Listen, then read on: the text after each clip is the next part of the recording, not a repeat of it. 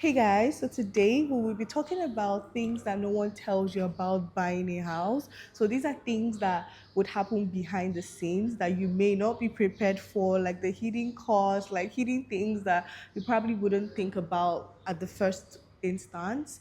So we're here to tell you about those things. And if this sounds like something that you would enjoy watching, then keep watching, right? Yeah. Okay.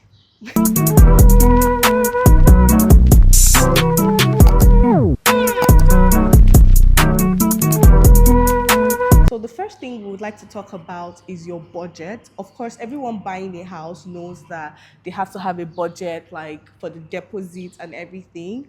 But aside from the budget that you have, you actually need to budget times two, like twice of that money for different things that may come up because I've just realized that a second time buyers, babe, you'd agree that like even things you don't plan for just randomly comes up and then you find out that you have to pay for those things.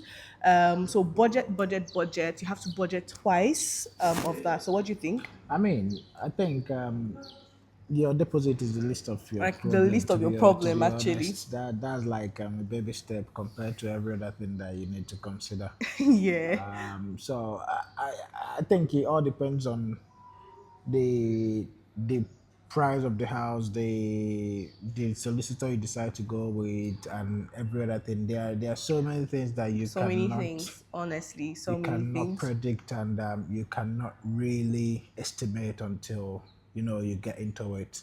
Yeah. um, for an example, the searches, land registry fee, all those things are the estimates that solicitors are going to Are give to gonna you. give to you, but like as time just goes on with the house buying, you just find out that some other things would come in. So our advice to you is just budget twice of that money that you've initially budgeted. So in case that kind of cost comes up, you can't handle it. But even if it doesn't come up, you still have your money. So it's a win-win situation. You get. Yeah, of course, of Yeah. course.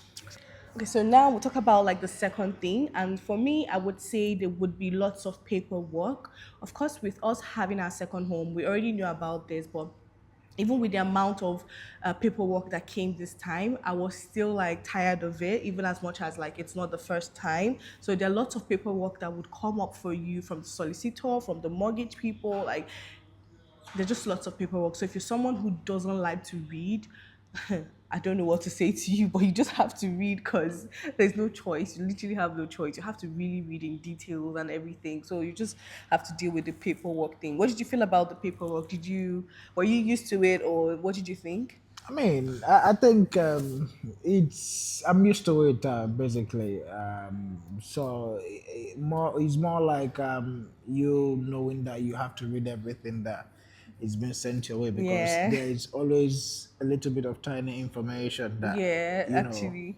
you actually need in those documents that is being sent to you, and a lot of dotting the T's, dotting the I's and crossing the T's. Sorry. Yeah, so yeah, actually, I So mean, for you, I think you're like much better with the paperwork. He's a bit much better with the paperwork. For me, it's just something that I don't really enjoy, and I never really enjoyed it actually. Okay, so the third thing now would be that you wouldn't like settle immediately. So with us, like it's been 3 months now, and we still haven't settled. How was that journey for you in terms of like us settling and stuff? I think I didn't. I'm still in the process of trying to get things back to normal, because I went back to work almost immediately, isn't it? So Yeah. for me, I'm not always at home. So basically, at the moment, I just go home to sleep. I've not really called the new house my home at the moment. Yeah, like So it feels a bit strange sometimes. Like sometimes even myself as well, I'm like, am I in someone's house? Like, am I still very much settled? You know how like you do things in your previous home, like it doesn't still feel like that. But I think over time you will, and that just also leads us to in terms of like the buying of furnitures and all the decorations that you may need. You have to actually take your time with that because it wouldn't just happen overnight. I mean, even if you do have the budget, I think the advice there is to just take your time with that because there are things that you may like even much better later and things that you probably prefer, much later and wonder like why did you get the furnitures immediately and everything. So with us, we're just taking our time, even with the furnishing, just really Yeah. knowing what we really want for everything to look like, so we can just have that right decision. Okay. Okay, so the next bit will be about like you becoming really handy. You'd be the one doing every single thing yourself. So in our own case, we talk about like the painting. Like when they gave us like a quote for painting, we got like, was it like 5,000 or seven just to I think it's paint? different regions. I think we had the one. The minimum we had was about 3.5, but the Yeah, maximum quote, and this is just labor. The maximum quote was about 7,005. yeah. So that was crazy. Was really crazy. So again, you because you're a landlord, you have to do things yourself.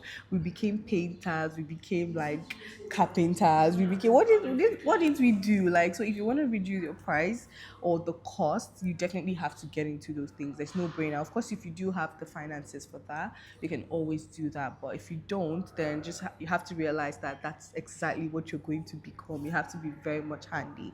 Okay. Uh, do I you have mean, anything to say? no, no, no. So the next thing now would be about like the moving costs. So again, if you're getting a house, you're definitely going to have to budget for moving. So you're moving from point A to point B now, so wherever you are to the new home. So you have to factor that in. For us as well, that was something that even came to us. We did know that we're definitely going to hire people to move, but we didn't know we're going to like spend more than we did because the cost there as well was something we couldn't even think about. So you have to also factor that in as well.